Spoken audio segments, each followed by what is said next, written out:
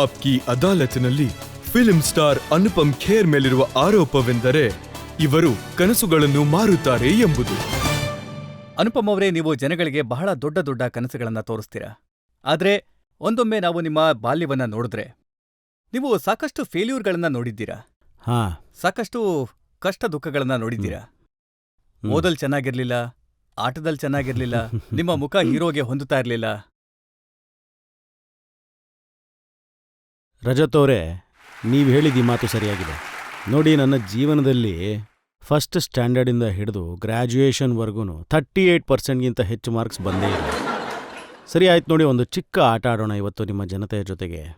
ನಿಮ್ಮಲ್ಲಿ 60%ಗಿಂತ ಹೆಚ್ಚು ಮಾರ್ಕ್ಸು ಯಾರ್ಯಾರಿಗೆ ಬಂದಿದೆ ಹೇಳಿ? ಆಲ್ಮೋಸ್ಟ್ 100 ಜನಕ್ಕೆ. ಸರಿ ಆಯಿತು, 70%ಗಿಂತ ಮೇಲೆ, 80%ಗಿಂತ ಜಾಸ್ತಿ. ಆದರೂ ನೋಡಿ, ನೀವು ಅಲ್ಲಿ ಕೂತಿದ್ದೀರಾ, ನಾನು ಇಲ್ಲಿ ಬಂದು ಕೂತಿದ್ದೀನಿ.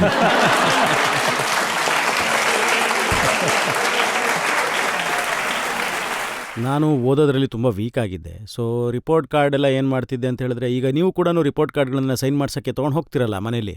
ಸೊ ನಾನೇನು ಮಾಡ್ತಿದ್ದೆ, ನಮ್ಮ ತಂದೆಯವರು ಬೇಗ ಎದ್ದು ಕೂಡಲೇನೆ ಅವ್ರ ಹತ್ರ ನಾನು ರಿಪೋರ್ಟ್ ಕಾರ್ಡ್ಗೆ ಸೈನ್ ಹಾಕ್ಸ್ಕೊಬಿಡ್ತಾ ಇದ್ದೆ. ಸೊ ಒಂದು ಸಲ ನಾನು 9ನೇ ಕ್ಲಾಸಲ್ಲಿ ಇರಬೇಕಾದ್ರೆ ಹೀಗೆ ಸೈನ್ ಹಾಕ್ಸ್ಕೊಳ್ಳೋಣ ಅಂತ ಹೇಳಿ ಹೋದೆ. ಅರ್ಜೆಂಟ್ ಮಾಡ್ತಿದ್ದೆ, ಅವ್ರಿಗೆ ಕಬೋರ್ಡಲ್ಲಿ ಕೀ ಇರೋದು ನೆನಪಾಯಿತು. ಹಾಗಾಗಿ ಅವರಿಗೆ ನನ್ನ ರಿಪೋರ್ಟ್ ಕಾರ್ಡ್ ಓದೋದಕ್ಕೆ ಟೈಮ್ ಸಿಕ್ಕೋಯ್ತು ಅವಾಗ. ಸೊ ಅವ್ರು ಅವಾಗ ಕೇಳಿದ್ರು, ಅಲ್ಲ ಮಗನೇ, ನೀನು ನಿಮ್ಮ ಕ್ಲಾಸಲ್ಲಿ 59th ಬಂದಿದ್ಯಾ? ಸರಿ ಆಯಿತು ಸ್ಟೂಡೆಂಟ್ಸ್ ಎಷ್ಟು ಜನ ಇದೆ? ನಾನು ಹೇಳಿದೆ 60. ಸರಿ, ನಾನು ಅಂದ್ಕೊಂಡೆ ಏನಾದರೂ ಬೈತಾರೆ ಅಥವಾ ಹೊಡಿತಾರೆ ಅಂತ. ಮಗನೇ, ಆವಾಗ ಹೇಳಿದ್ರು ಅವರು, ಒಂದು ಮಾತು ಹೇಳ್ತೀನಿ ಕಣೋ ನಿಮಗೆ, ನಿಮ್ಮ ಕ್ಲಾಸಲ್ಲಿ ಒಬ್ಬ ಫಸ್ಟ್ ಬರ್ತಾನಲ್ವಾ, ಅವನು ಆಟ ಆಡೋದಕ್ಕೆ ಹೋಗಲ್ಲ, ಬರೀ ಓದ್ತಾನೆ ಇರ್ತಾನೆ. ಅವ್ನಿಗೆ ಯಾವಾಗಲೂ ಒಂದು ಟೆನ್ಷನ್ ಇರುತ್ತೆ, ನಾನು ಫಸ್ಟ್ ಬರಬೇಕು ಅಂತ. ಅವನಿಗೆ ಸೆಕೆಂಡ್ ಬಂದರೂ ಸಹ ಅನಿಸುತ್ತೆ ನಾನು ಡಿಮೋಷನ್ ಆಗೋದೆ ಅಂತ. ಸೊ ಒಬ್ಬ 59th ಬಂದ ಅಂದರೆ ಅವ್ನು 48th ಆಗ್ಬೋದು, 36ಗೆ ಬರ್ಬೋದು, 24th ಕೂಡ ಆಗ್ಬೋದು.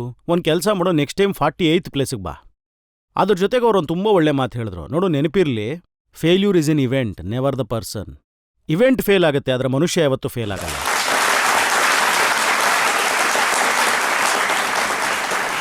ನಾನು ಆಟದಲ್ಲೂ ಕೂಡ ಏನು ಅಷ್ಟು ಚೆನ್ನಾಗಿರಲಿಲ್ಲ. ಒಂದು ಸರಿ ನಾನು 8th ಸ್ಟ್ಯಾಂಡರ್ಡಲ್ಲಿದ್ದಾಗ ನನ್ನ ಸ್ಕೂಲ್ನ ಗ್ರೌಂಡಲ್ಲಿ ಓಡ್ತಾ ಇದ್ದೆ. ನೀನು ಸ್ವಲ್ಪ ನಿಂತ್ಕೊಂಬಿಡು, ಇನ್ನೊಬ್ಬ ಓಡಿದ್ರೂ ಕೂಡ ನೀನು ಸೆಕೆಂಡ್ ಬರ್ತೀಯ ಅಂತ ಹೇಳಿ ನಮ್ಮ PT ಮೇಸ್ಟ್ರು ಹೇಳ್ತಿದ್ದೆ. ನಾವು ಬಡ ಕುಟುಂಬದಲ್ಲಿ ಬಂದವರು.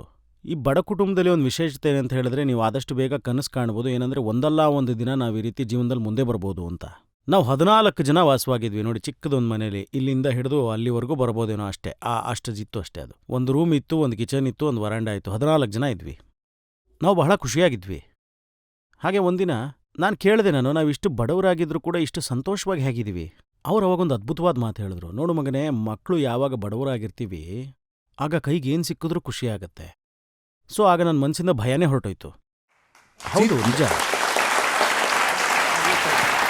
ಸೊ ನಮ್ದೀಗ 4 ಸಿನಿಮಾ ಹಾಲಿದೆ. ಶಾಹಿ ಸಿನಿಮಾ, ರೀಗಲ್ ಸಿನಿಮಾ, ರಿಬೋಲಿ ಸಿನಿಮಾ, ಹಾಗೆ ರಿಡ್ ಸಿನಿಮಾ ಅಂತಿದೆ ಶಿಮ್ಲಾದಲ್ಲಿ. ಮತ್ತು ಶಾಹಿ ಸಿನಿಮಾದಲ್ಲಿ 4 ಅಣೆಗೆಲ್ಲ ಟಿಕೆಟ್ ಸಿಗ್ತಾ ಇತ್ತು, ಅಲ್ಲಿ ಬಹಳ ಕಡಿಮೆ. ನಾನಲ್ಲಿಗೆ ಹೋದಾಗ ಸಿನಿಮಾ ನೋಡೋದಕ್ಕೆ ಆಗ ನನಗೆ ಅನ್ನಿಸ್ತಾ ಇತ್ತು, ಈ ಪ್ರಪಂಚ ಏನಿದೆಯಲ್ಲ, ಇದು ಬಹಳ ಚಮತ್ಕಾರದ ಪ್ರಪಂಚ. ಅವುಗಳು ನನ್ನ ಟ್ರಾನ್ಸ್ಪೋರ್ಟ್ ಮಾಡ್ತಾ ಇತ್ತು ಈ ಒಂದು ಕನಸಿನ ಪ್ರಪಂಚಕ್ಕೆ. ಆದ್ರೆ ಕನಸು ಕಾಣೋದಕ್ಕೆ ಮತ್ತೆ ಸಿನಿಮಾಗಿ ಹೋಗೋವಂಥ ಕನಸುಗಳನ್ನ ಕಾಣೋದಕ್ಕೆ ಏನಾದರೂ ಇರಬೇಕಲ್ಲ. ನೀವು ಎಂಥ ಮುಖಾನ ಹೊತ್ಕೊಂಡು ಮುಂಬೈಗೆ ಹೋಗಿದ್ರೆ ಅದನ್ನ ನಾನು ಜನತೆಗೆ ತೋರಿಸ್ಬೇಕು. ನೀವೊಂದು ಸ್ವಲ್ಪ ನೋಡಿ, ಇದು 1981ನ ಫೋಟೋ.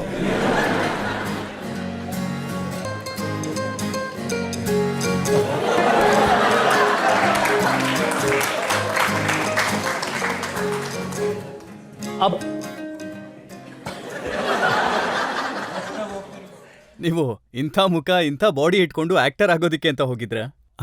ನೋಡಿ, ಅದ್ರಲ್ಲಿ ನಾನು ಕಳ್ಳನ ಥರನೇ ಇದ್ದೀನಿ. ಅದು ಹೇಗನ್ಸುತ್ತೆ ಅಂದರೆ, ಇವನೇನೋ ಕಳ್ತನ ಮಾಡಿ ಓಡೋಗಿದ್ದಾನೆ ಅನ್ಸುತ್ತೆ. ನನಗೆ ಯಾವತ್ತೂ ಅನ್ಸಿಲ್ಲ ನಾನು ಇಷ್ಟು ಕೆಟ್ಟದಾಗ ಕಾಣ್ತೀನಿ ಅಂತ. ಯಾಕಂದರೆ ಮನುಷ್ಯನಿಗೆ ಅವ್ನು ಕೆಟ್ಟದಾಗಿದ್ದಾನೆ ಅಂತ ಅನ್ಸೋದೇ ಇಲ್ಲ. ಯಾಕಂದರೆ ನಮ್ಮ ಅಮ್ಮ ಅಂದಿರ್ತಾರಲ್ಲ, ಅವ್ರು ಯಾವಾಗಲೂ ಎಷ್ಟು ಚೆನ್ನಾಗಿದೆಯಾ ಮಗನೇ, ಎಷ್ಟು ಚೆನ್ನಾಗಿ ಕಾಣ್ತಾ ಇದೆಯಾ ನೀನು ಅಂತಿರ್ತಾರೆ.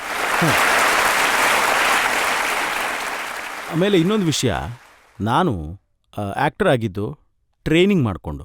ನಾನು 4 ವರ್ಷ ಟ್ರೈನಿಂಗ್ ತೊಗೊಂಡಿದ್ದೆ. ಮತ್ತು ಟ್ರೈನಿಂಗಲ್ಲಿ ಏನು ಹೇಳ್ಕೊಡ್ತಾ ಇದ್ದು ಅಂತ ಹೇಳಿದ್ರೆ, ನೀವು ಚೆನ್ನಾಗಿ ಆ್ಯಕ್ಟ್ ಮಾಡಿದ್ರೆ ನಿಮಗೆ ಖಂಡಿತ ಕೆಲಸ ಸಿಗುತ್ತೆ ಅಂತ. ಆಮೇಲೆ ಇನ್ನೊಂದು ವಿಷಯ ಏನಂತ ಹೇಳಿದ್ರೆ, ಈಗ ನೋಡೋದಕ್ಕೆ ನಿಮಗೆ ಡಿಗ್ನಿಫೈಡ್ ಬಾಲ್ಡ್ ಲುಕ್ಕಲ್ಲಿ ಕಾಣಿಸ್ತಾ ಇದ್ದೀನಿ ನಾನು. ಇದು ಬಾಲ್ಡ್ ಲುಕ್ ಅಲ್ಲ, ಇದು ಶೇವ್ಡ್ ಲುಕ್ಕು.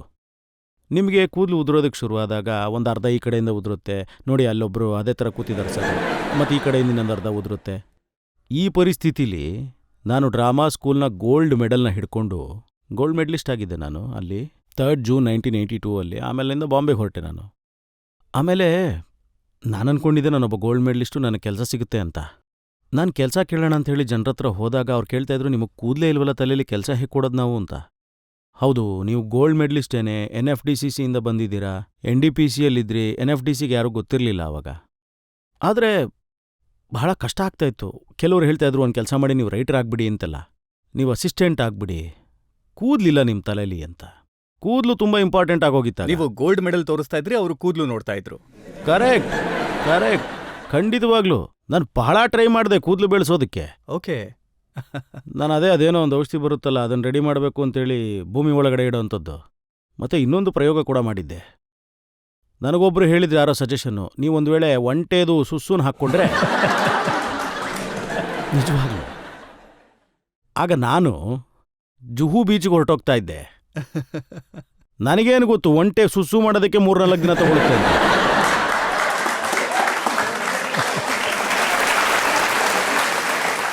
ಇದು ಫ್ಯಾಕ್ಟೇ, ಇದರಲ್ಲಿ ಯಾವುದೋ ಎಕ್ಸಾಜುರೇಷನ್ಸ್ ಇಲ್ಲ.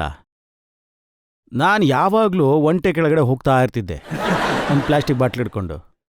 ಆಮೇಲೆ ನನಗೆ ಗೊತ್ತಾಗಿದ್ದು, ಒಂದ್ಸಲಿ ಒಂಟೆ ಸುಸ್ಸು ಮಾಡಿದ್ರೆ ಮಳೆನೇ ಬಂದಂಗಾಗುತ್ತೆ ಅಂತ. ಆದರೆ ಏನು ಪ್ರಯೋಜನ ಆಗಲಿಲ್ಲ. ಆಮೇಲೆ ನಾನು ಟಿಬೇಟಿಯನ್ದು ಏನೋ ಔಷಧಿ ಹಾಕಿದೆ, ಅದು ಕೂಡ. ಆದರೆ ಅದಾದಮೇಲೆ ನಾನು ಕೂದಲಿಲ್ಲ ಅನ್ನೋ ಕಾರಣಕ್ಕೇನೆ ನನಗೆ ಒಂದು ಅವಕಾಶ ಸಿಗೋದಕ್ಕೆ ಶುರುವಾಯ್ತಾಗ.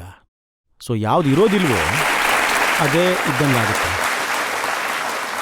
ನಾನು ಕೇಳ್ಪಟ್ಟೆ, ನೀವು ಆಡಿಷನ್ ಕೊಡೋದಕ್ಕೆ ಅಂತ ಹೋಗ್ತಿದ್ದಾಗ ನೀವು ನಿಮ್ಮ ತಾತನವರನ್ನ ಕಾಪಿ ಮಾಡ್ತಾ ಇದ್ರಿ. ನಿಮ್ಮ ತಾತ ಎಲ್ಲಾ ವಿಚಾರಗಳಲ್ಲೂ ಫೇಲ್ ಆಗ್ತಿದ್ರು. ನಮ್ಮ ತಾತನವರು ದ್ವಾರಕಾನಾಥ್ ಅವರು, ಅವ್ರು 8ನೇ ಕ್ಲಾಸಲ್ಲೇ 7 ಸರಿ ಫೇಲ್ ಆಗಿದ್ರು. ಆಮೇಲೆ ಅವ್ರನ್ನ 9ನೇ ಕ್ಲಾಸಿಗೆ ಒಂದು ಕಂಪ್ಯಾಷನೇಟ್ ಗ್ರೌಂಡ್ ಮೇಲೆ ಅವ್ರನ್ನ ಪುಷ್ ಮಾಡಿದ್ರು. ಯಾಕಂದರೆ ಮಿಕ್ಕಿದ ಮಕ್ಕಳೆಲ್ಲ ಅವ್ರನ್ನ ಅಂಕಲ್ ಅಂತ ಕರೆಯೋದಕ್ಕೆ ಶುರು ಮಾಡಿಬಿಟ್ಟಿದ್ರು. ಇನ್ಫ್ಯಾಕ್ಟ್ ಈ ವಿಚಾರ ದಿಲ್ವಾಲೆ ದುನಿಯಾ ಲೇ ಜಾಯೆಂಗೆ ಅಲ್ಲಿ ಒಂದು ಸೀನ್ ಇದೆ. ನಾನು ಶಾರುಖ್ ಖಾನ್ ಅವ್ರಿಗೆ ಹೇಳ್ತೀನಿ, ಮಗನೇ ನಾವೆಲ್ಲರೂ ಇಂಡಿಯಾದಲ್ಲಿ ಫೇಲ್ ಆಗೋಗಿದ್ದೀವಿ, ನೀನಂತೂ ಲಂಡನಲ್ಲಿ ಫೇಲ್ ಆಗಿ ತೋರಿಸ್ಬಿಟ್ಟೆಲ್ಲ ನಮಗೆ. ಆಮೇಲೆ ನಾನು ಲಂಡನ್ನಲ್ಲಿ ಸೆಟ್ಟಿಗೆ ಹೋದಾಗ ಅಲ್ಲಿ ಒಂದಷ್ಟು ಫೋಟೋಗಳನ್ನು ಹಾಕಿದ್ರು. ಆಗ ಅಲ್ಲಿ ನಾನು ನೋಡಿದೆ, ಇಲ್ಲಿ ನಾನು ನಿಜವಾದ ನನ್ನ ಸಂಬಂಧಿಕರ ಫೋಟೋನ ಹಾಕ್ಬೋದಾ? ಸೊ ಆವಾಗ ಅವ್ರು ಹೇಳಿದ್ರು, ಇಲ್ಲಿ ನಿಮ್ಮ ಕ್ವಾಲಿಫಿಕೇಷನ್ಸ್ ಏನಿದೆಯೋ ಅದನ್ನೇ ಇರಲಿ, ಪರವಾಗಿಲ್ಲ ಹಾಕಿ, ಇಲ್ಲಿ ತೊಂದರೆ ಇಲ್ಲ ಅಂತ. ಸೊ ನಾನು ಕೂಡ ಹೇಳಿದೆ, ಸರಿ ಹಾಕ್ರಿ ಹಾಗಾದ್ರೆ ಅಂತ. ದ್ವಾರಕಾನಾಥ್ ಅವರು 8ನೇ ಕ್ಲಾಸಲ್ಲಿ ಸುಮಾರು ಸರಿ ಫೇಲ್ ಆಗಿದ್ರು. ಇವರು ಬ್ರಿಜ್ನಾಥ್ ಅಂತ ಹೇಳಿ ಇವರು 9ನೇ ಕ್ಲಾಸಲ್ಲಿ 8 ಸಲ ಫೇಲ್ ಆಗಿದ್ರು. ಆಮೇಲೆ ಇವ್ರು ನೋಡಿ, ಇವರು ಮೋಹನ್ ಲಾಲ್ ಅಂತ ಹೇಳಿ ಇವರು ಕೂಡ ತುಂಬ ಸರಿ ಫೇಲ್ ಆಗಿದ್ದಾರೆ. ಆಮೇಲೆ ಫಿಲ್ಮ್ ರಿಲೀಸ್ ಅಂತಕ್ಕೆ ಬಂದಾಗ ನನಗೆ ಅವಾಗ ಅರಿವಾಯ್ತು, ಅಯ್ಯಯ್ಯೋ ನಮ್ಮನೆಯವ್ರನ್ನ ನಾನೇ ಈ ರೀತಿ ಎಲ್ಲ ತೋರಿಸ್ಬಿಟ್ಟಿದ್ದೀನಿ ಅಂತ, ಏನಾಗುತ್ತೆ ಮುಂದಕ್ಕೆ ಅಂತ. ಮತ್ತು ಏನು ಮಾಡಲಿ ಆಗ? ನಾನು ಆಮೇಲೆ ಎಲ್ರಿಗೂ ಪತ್ರ ಬರೆದೆ, ತಾತ ಕ್ಷಮಿಸ್ಬಿಡಿ, ನಾನು ಈ ರೀತಿ ಮಾಡಿಬಿಟ್ಟಿದ್ದೀನಿ ಇಲ್ಲಿ ಅಂತ, ನಿಮ್ಮ ಹೆಸರೆಲ್ಲ ತೊಗೊಂಡ್ಬಿಟ್ಟಿದ್ದೀನಿ, ಪ್ಲೀಸ್ ಪ್ಲೀಸ್ ಪ್ಲೀಸ್ ನನ್ನ ಕ್ಷಮಿಸ್ಬಿಡಿ. ಆಮೇಲೆ ಫಿಲ್ಮ್ ರಿಲೀಸ್ ಆದಮೇಲೆ ಆಮೇಲೆ ಅವರು ಬರೆದ್ರಲ್ಲ ಪತ್ರನ, ಥ್ಯಾಂಕ್ ಯು ಕೊಡೋ, ನಮ್ಮನ್ನೆಲ್ಲ ಫೇಮಸ್ ಮಾಡಿಬಿಟ್ಟೆ ನಾನು ಅಂತ.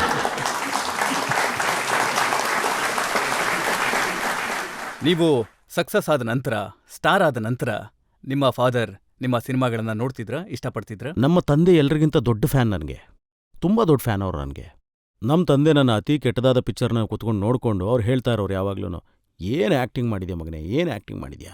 ಅವ್ರು ಫ್ಲೈಟಲ್ಲಿ ಹೋಗ್ತಾ ಇರಲಿಲ್ಲ, ಅವ್ರಿಗೆ ಫ್ಲೈಟ್ ಇಷ್ಟ ಆಗ್ತಿರಲಿಲ್ಲ. ಅವ್ರು ಅವಾಗ ಟ್ರೈನಲ್ಲಿ ಹೋಗ್ತಾ ಇದ್ರು ಎಲ್ಲ ಕಡೆ. ಆಮೇಲೆ ಅವ್ರು ಟ್ರೈನಲ್ಲಿ ಕೂತಿದ್ದಾಗ ಅವ್ರ ಕಂಪಾರ್ಟ್ಮೆಂಟಲ್ಲಿರೋ ಸ್ನೇಹಿತರುಗಳಿಗೆಲ್ಲ ಹೇಳ್ತಾ ಇದ್ರು, ಅನುಪಮ್ ಖೇರ್ ನನ್ನ ಮಗ ಅಂತ.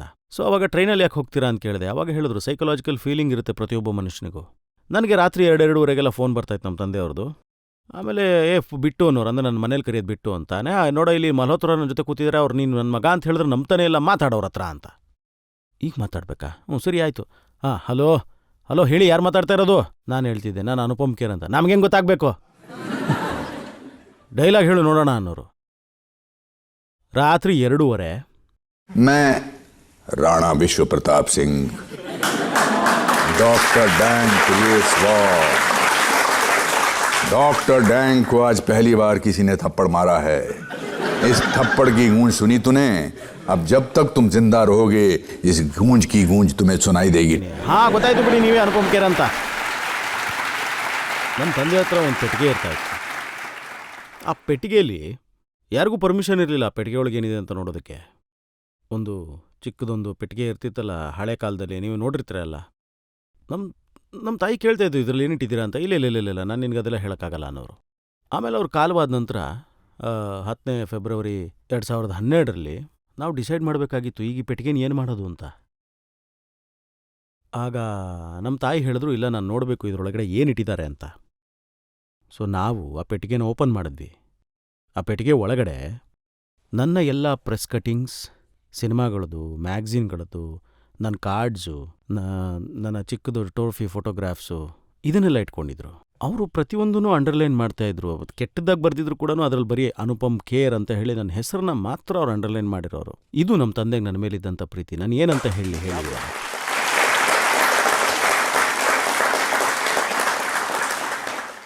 ಅವರು ಹೋಗೋದಿಕ್ಕೂ ಮೊದಲು ನಿಮ್ಮ ಹತ್ರ ಏನಾದರೂ ನನ್ನ ತಂದೆಗೆ ಅನ್ಫಾರ್ಚುನೇಟ್ಲಿ ಒಂದು ವಿಚಿತ್ರವಾದಂಥ ಒಂದು ಕಾಯಿಲೆ ಬಂತು.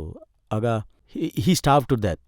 ಸೊ ಅವರು ಹೋಗಬೇಕು ಅಂತ ಡಿಸೈಡ್ ಆಗಿದ್ರು. ಅವ್ರಿಗೆ ಏನಂತ ಅನಿಸ್ತಿತ್ತು ಅಂತ ಹೇಳಿದ್ರೆ, ಈ ಊಟ ಅನ್ನೋದೇನಿರುತ್ತಲ್ಲ, ಅವರಿಗೆ ಅದನ್ನು ತಿಂದರೆ ಮಣ್ಣಿನ ಥರ ಫೀಲ್ ಆಗ್ತಿತ್ತು, ಮತ್ತು ನೀರು ಅವ್ರಿಗೆ ಆ್ಯಸಿಡ್ ಥರ ಫೀಲ್ ಆಗ್ತಿತ್ತು. So he could not eat. ಅವರಿಗೆ ಊಟ ಕೊಟ್ಟರೆ ಅವರು ಬಿಸಾಕ್ಬಿಡ್ತಾ ಇದ್ರು, ತಿನ್ನಕ್ಕಾಗ್ತಿರ್ಲಿಲ್ಲ. ತುಂಬ ವೀಕ್ ಆಗೋಗಿದ್ರು. ಡಾಕ್ಟರ್ಸ್ ಎಲ್ಲ ಹೇಳಿದ್ರು, ದಯವಿಟ್ಟು ಇವ್ರನ್ನ ಮನೆ ಕರ್ಕೊಂಡು ಹೋಗಿ, ಆಮೇಲೆ ವೆಯ್ಟ್ ಮಾಡಿ, ಇವ್ರು ಹೋಗುವಂಥ ಟೈಮ್ ಯಾವಾಗ ಬರುತ್ತೋ ಗೊತ್ತಿಲ್ಲ ಅಂತ. ಸೊ ನಾನು ನಮ್ಮ ಅಣ್ಣಂಗೆ ಹೇಳಿರ್ತಿದ್ದೆ ಆವಾಗ, ನೋಡು ಅಪ್ಪ ನನಗೇನಾದರೂ ಹೇಳಬೇಕು ಅಂತ ಹೇಳಿದ್ರೆ ದಯವಿಟ್ಟು ನನ್ನ ಬೇಗ ಕರಿ ಬಂದ್ಬಿಡ್ತೀನಿ ಅಂತ. ನಾನು ಡೇವಿಡ್ ಅವ್ರ ಮಗನ ಮದುವೆಗೆ ಹೋಗಿದ್ದೆ, ಅಂದರೆ ರೋಹಿತ್ ಅವರ ಮದುವೆ ಇತ್ತು, ಅಲ್ಲಿಗೆ ಹೋಗಿದ್ದೆ. ನಾನು ಅವಾಗ ನಮ್ಮ ಅಣ್ಣ ಫೋನ್ ಮಾಡ್ದೆ, ಅಪ್ಪ ನಿನ್ನ ಹತ್ರ ಏನೋ ಹೇಳಬೇಕಂತೆ ಅಂತ, ಬಾ ಅಂತ ಕರೆದ. ಬಂದೆ ವಾಪಸ್ಸು.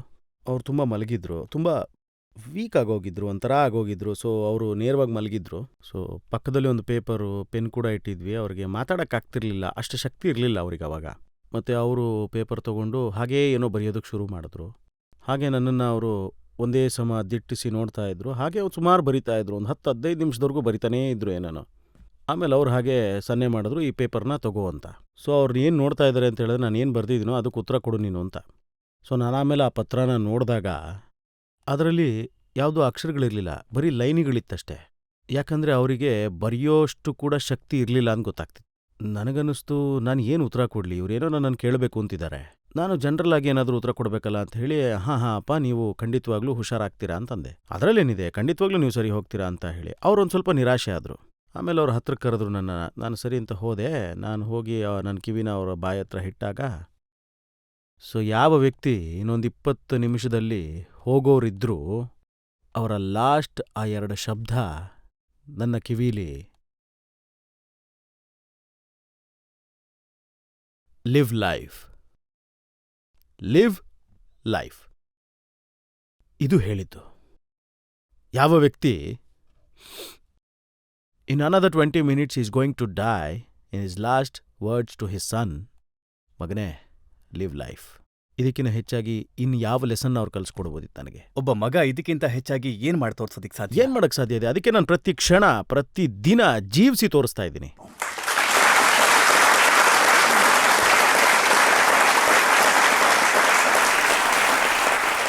ನಿಮ್ಮ ಈ ಭಾವನೆಗಳು ನನಗೆ ಅರ್ಥ ಆಗತ್ತೆ. ತಂದೆನ ನೆನೆಸ್ಕೊಂಡು ಎಷ್ಟು ನೋವಾಗತ್ತೆ, ಎಷ್ಟು ದುಃಖ. ಅಂದ್ರೆ ಅವ್ರು ಹೋಗೋದಕ್ಕೂ ಮುಂಚೆ ಎಂಥ ದೊಡ್ಡ ಲೆಸನ್ ಹೇಳ್ಬಿಟ್ಟು ಹೋದ್ರು. ನನ್ನ ಕಣ್ಣು ಈ ರೀತಿ ತುಂಬೋದಿಲ್ಲ, ಯಾಕಂದ್ರೆ ಅಫ್ಕೋರ್ಸ್ ತಂದೆಯವ್ರು ಹೋದಾಗ ಅಥವಾ ತಾಯಿಯವರಿದ್ದಾಗ ಯಾರೇ ಹೋದ್ರೂ ಕೂಡ ಕಣ್ಣು ತುಂಬಿ ಬರುತ್ತೆ, ನಿಜ. But he was an ordinary man. ಅವ್ರು ಎಕ್ಸ್ಟ್ರಾರ್ಡಿನರಿ ಅಲ್ಲ, ನಮ್ಮ ತಾತ ಎಕ್ಸ್ಟ್ರಾರ್ಡಿನರಿ. ಅವರು ಬಹಳ ದೊಡ್ಡ ಸ್ಕಾಲರು, ಯೋಗ ಟೀಚರು, ಮಹಾಭಾರತ, ರಾಮಾಯಣ ಎಲ್ಲ ನಾವು ಅವರಿಂದನೇ ಕಲ್ತಿದ್ದು. ಆದರೆ ನಮ್ಮ ತಂದೆ ಫಾರೆಸ್ಟ್ ಡಿಪಾರ್ಟ್ಮೆಂಟಲ್ಲಿ ಒಂದು ಸಣ್ಣ ಕ್ಲರ್ಕ್ ಆಗಿದ್ರು.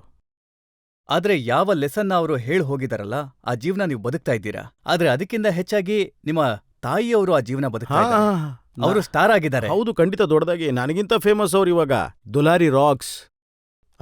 ಅಂದರೆ ಹೇಗಾಯಿತು ಅಂತ ಹೇಳಿದ್ರೆ, ಅವರ ಮದುವೆಯಾಗಿ ಜೊತೆಲಿ ಇಬ್ರೂ 59 ವರ್ಷ ಜೊತೆಗಿದ್ರು. ಅಂದರೆ ದೇವರ್ ಮ್ಯಾರಿಡ್ 59 years.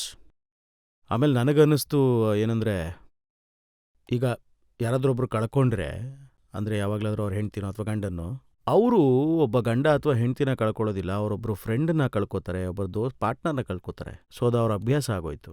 ನಾನು ಅಂದ್ಕೊಂಡೆ, ನಮ್ಮ ತಾಯಿ ಹೇಗಿರ್ತಾರೆ, ನಮ್ಮ ತಂದೆ ಇಲ್ಲದೆ ಹೇಗೆ ಅವ್ರ ಬದುಕನ್ನು ನಡೆಸ್ತಾರೆ ಅಂತ.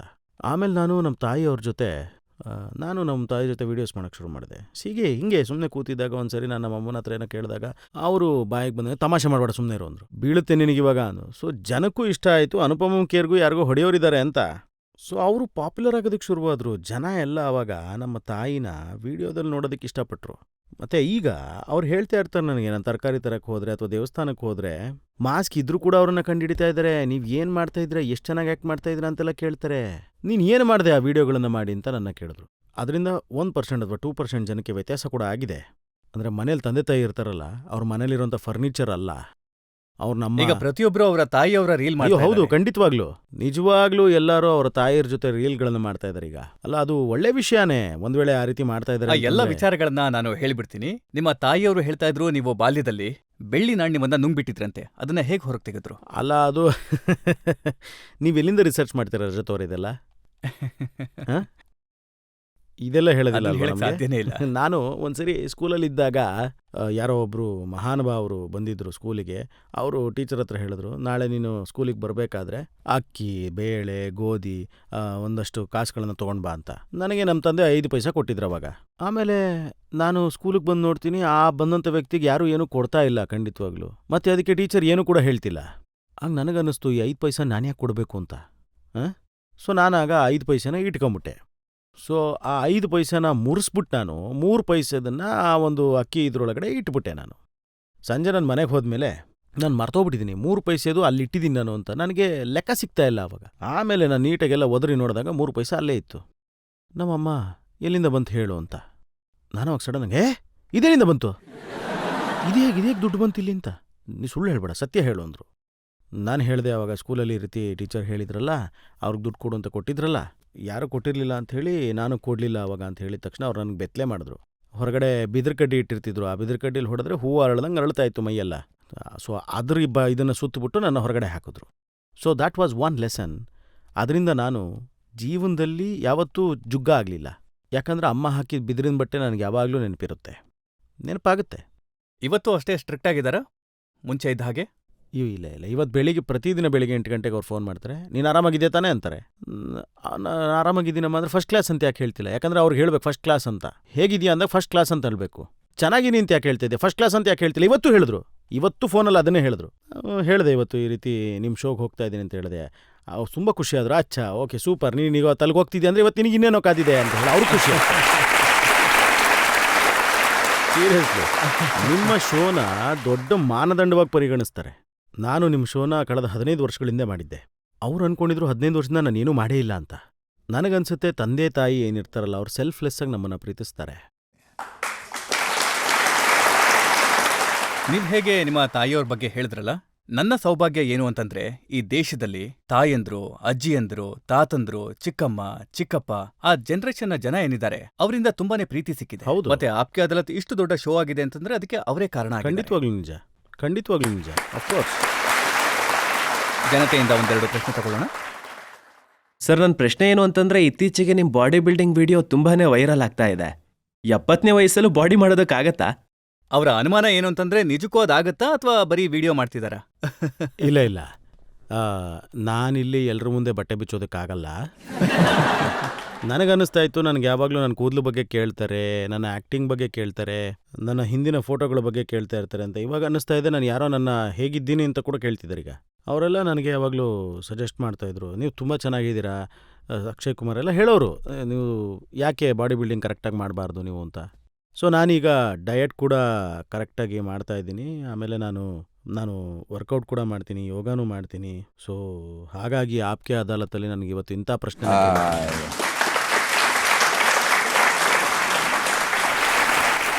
ನಿಮ್ಗಂತೂ ಸ್ವಿಮ್ಮಿಂಗ್ ಕೂಡ ಬರ್ತಿರ್ಲಿಲ್ಲ. ಲಾಸ್ಟ್ ಇಯರ್ ನಾನೊಂದು ಫಿಲ್ಮ್ ಮಾಡಿದೆ, ವಿಜಯ್ 69 ಅಂತ ಹೇಳಿ. ಅದರಲ್ಲಿ ನಾನು ಟ್ರೈಥಲಾನ್ ಓಡಿಸ್ತಾ ಇದ್ದೆ. ಅಂದರೆ ಅದರಲ್ಲಿ ನಿಮಗೆ ಕೆಲವೊಂದಷ್ಟು ಕಿಲೋಮೀಟರ್ ನಾನು ಈಜಬೇಕು, ಇನ್ನು ಕೆಲವೊಂದು ಸೈಕ್ಲಿಂಗ್ ಮಾಡಬೇಕು, ಇನ್ನೊಂದಷ್ಟು ಓಡಬೇಕು. ನಾನು ಅವಾಗ ನನಗೆ ಈಜೋದಕ್ಕೆ ಬರ್ತಿರಲಿಲ್ಲ, ಯಾಕಂದ್ರೆ ನಂಗೆ ನೀರಂದರೆ ಸ್ವಲ್ಪ ಭಯ. ಆವಾಗ ನನಗನ್ನಿಸ್ತು, ನಾನು ಈ ರೀತಿ ಸಿನಿಮಾನ ಹೇಗೆ ಮಾಡಲಿ ಹಾಗಾದರೆ. ಸೊ ನಾನು 68ನೇ ವಯಸ್ಸಿನಲ್ಲಿ ಈಜೋದನ್ನು ಕಲಿತೆ. ಸೊ ಆಮೇಲೆ ಆ ಸಿನಿಮಾದಲ್ಲಿ ಎಷ್ಟು ಈಜುವಂಥ ಸೀನ್ ಇದೆ ಅದೆಲ್ಲ ನಾನೇ ಮಾಡಿರೋದು.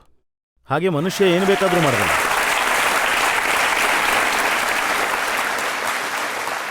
ಓಶೋದು ಒಂದು ಬಹಳ ದೊಡ್ಡ ವಾಕ್ಯ ಇದೆ, ಆಚಾರ್ಯ ರಜನೀಶ್ ಅವರು ಹೇಳಿರೋದು. If you try, you risk failure. If you don't, you ensure it. ನಾವು ನಮ್ಮ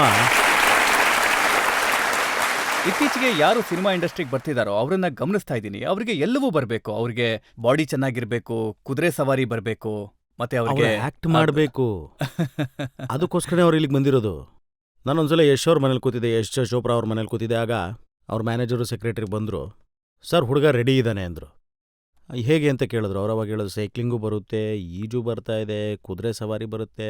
ಆವಾಗ ಅವ್ರು ಕೇಳೋದು ಆ್ಯಕ್ಟಿಂಗ್. ಅದನ್ನು ಒಂದು ಸ್ವಲ್ಪ ಪ್ರಯತ್ನ ಮಾಡ್ತಾ ಇದ್ದಾರೆ. ನೋಡಿ, ನಿಮ್ಮಲ್ಲಿರುವಂಥ ಒಳ್ಳೆ ವಿಚಾರ ಅಂದರೆ ನೀವು ಇಷ್ಟು ಸಿನಿಮಾ ಮಾಡಿದ್ದೀರಾ. ನೋಡಿ, ಪ್ರತಿ ದಿವಸ ಟಿವಿನಲ್ಲಿ, ಮೊಬೈಲ್ನಲ್ಲಿ, ಐಪ್ಯಾಡ್ನಲ್ಲಿ ನಿಮ್ಮನ್ನ ಎಲ್ಲೇ ನೋಡಿದ್ರು ಕೂಡ ಅನುಪಮ್ ಖೇರ್ ಅವರು ಕಾಣಿಸ್ಕೊಳ್ತಾರೆ. ಒಂದಲ್ಲ ಒಂದು ಸಿನಿಮಾದಲ್ಲಿ ನೀವು ಇದ್ದೇ ಇರ್ತೀರ. ನನ್ನಿಂದ ತಪ್ಪಿಸ್ಕೊಳಕ್ಕಾಗಲ್ಲ ಯಾವ ವ್ಯಕ್ತಿ ಕೂಡ. ನಮ್ಮಮ್ಮ ಯಾವಾಗಲೂ ನಮ್ಮ ಅತ್ತಿಗೆ ಹತ್ರ ಒಂದು ಸವಾಲನ್ನು ಹಾಕ್ತಾ ಇರ್ತಾರೆ, ಇವತ್ತು ಪಿಕ್ಚರ್ ಆಗುತ್ತೆ ತಾನೇ ಅಂತ. ನಮ್ಮಮ್ಮ ಯಾವಾಗಲೂ ಕೇಳ್ತಿರ್ತಾರೆ, ಯಾಕಂದ್ರೆ ಯಾವುದೋ ಒಂದು ಚಾನಲಲ್ಲಿ ಅಲ್ಲ ನೋಡಿ, ನಾನು 540ಕ್ಕೂ ಹೆಚ್ಚು ಸಿನಿಮಾ ಮಾಡಿದ್ದೀನಿ. ಹೇಗೆ ತಪ್ಪಿಸ್ಕೋತೀರ ನೀವು ನನ್ನಿಂದ? ನಾನು ನಿಮ್ಮ ಜೀವನದ ಅವಿನಾಭಾವ ಅಂಗ. ನಾನು ನಿಮ್ಮಲ್ಲೇ ಯಾವುದೇ ಒಬ್ಬ ತಾತ, ಇನ್ನೊಬ್ರಿಗೆ ಯಾರಿಗೂ ಅಪ್ಪ, ಇನ್ನೊಬ್ರಿಗೆ ಯಾರಿಗೂ ಮಾವ, ಮತ್ತೆ ದಿಲ್ ಇದೆಯಲ್ಲ ದಿಲ್, ಈ ದಿಲ್ಲು ನಮ್ಮ ತಾತನವ್ರು ಆ್ಯಕ್ಚುಲಿ.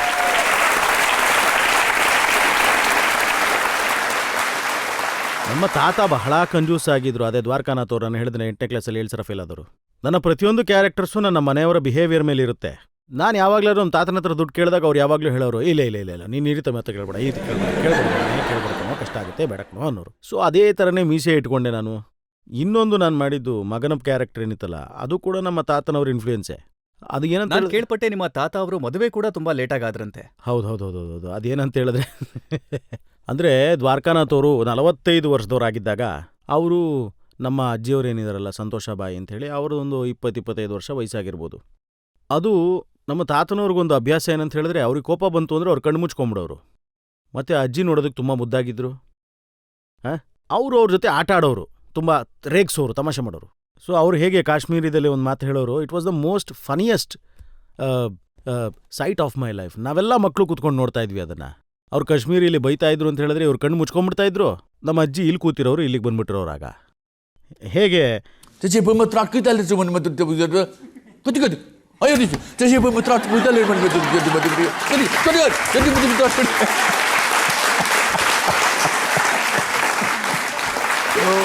ನನ್ನ ಎಲ್ಲ ಕಾಮಿಕಲ್ ಕ್ಯಾರೆಕ್ಟರ್ಸ್ ಒಂದು ನಮ್ಮ ಸ್ಕೂಲ್ನ ಟೀಚರ್ದು ಇಮಿಟೇಟ್ ಮಾಡ್ತಿದ್ದೆ, ಇಲ್ಲಾಂದ್ರೆ ನನ್ನ ಫ್ಯಾಮಿಲಿ ಮೆಂಬರ್ಸ್.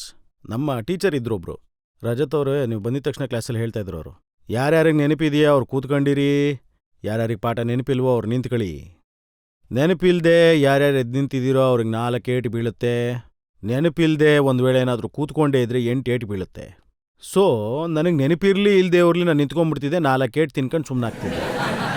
ಹಾಗಾಗಿ ಸ್ಕೂಲ್ ಟೈಮಲ್ಲಿ ನಾನು ಎಷ್ಟು ಏಟು ತಿಂದಿದ್ದೀನಿ ಅಂತೇನಾದರೂ ಗೊತ್ತಾದರೆ ಭಾರತ ಸರ್ಕಾರ ನನಗೆ ಸ್ವತಂತ್ರ ಹೋರಾಟಗಾರ ಅಂತೇಳಿ ಅವಾರ್ಡ್ ಕೊಟ್ಟಿದೆ. ಆ್ಯಕ್ಟಿಂಗ್ನ ಬೆಸ್ಟ್ ಮೆಟೀರಿಯಲ್ ಇರುತ್ತಲ್ಲ, ಸೊ ಆ್ಯಕ್ಟಿಂಗ್ನ ಒಂದು ಬೆಸ್ಟ್ ಮೆಟೀರಿಯಲ್ ನಿಮ್ಮ ಆಸ್ಪಾಸ್ ಸುತ್ತಮುತ್ತನೇ ಸಿಗ್ತಿರುತ್ತೆ ನಿಮಗೆ. ಹೇಗೆ ಅಲ್ಲೊಬ್ರು ಸಾರ್ ಕೂತಿದ್ದಾರೆ ನೋಡಿ, ನನ್ನ ಪ್ರತಿ ಮಾತುಗೂ ಹೀಗೀಗಂತ ಇದ್ದಾರೆ. ಅವರಿಗೆ ನಾನು ಇಷ್ಟ ಆಗ್ತಾ ಇದ್ದೀನಿ.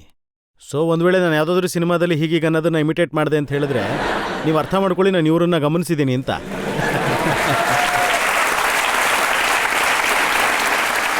ಅನುಪಮ್ ಅವರೇ, ನಿಜ ಏನು ಅಂತಂದ್ರೆ ನೀವು ನಿಮ್ಮ ಫೇಲ್ಯೂರ್ಗಳನ್ನ ನಿಮ್ಮ ಶಕ್ತಿಯನ್ನಾಗಿ ಬಳಸ್ಕೊಂಡ್ರಿ. ನೀವು ಯಾವಾಗ ಫೇಲ್ ಆದ್ರೂ ಅದನ್ನ ಸಕ್ಸಸ್ ಸ್ಟೋರಿಯಾಗಿ ಬದಲಾಯಿಸಿದ್ರಿ, ಮತ್ತೆ ಅದು ನಿಮ್ಮ ದೊಡ್ಡ ಶಕ್ತಿ. ಇದನ್ನ ಕಾಂಪ್ಲಿಮೆಂಟ್ ಮಾಡೋದಕ್ಕೆ ಥ್ಯಾಂಕ್ ಯು ರಜತ್ ಅವರೇ, ಥ್ಯಾಂಕ್ ಯು ವೆರಿ ಮಚ್.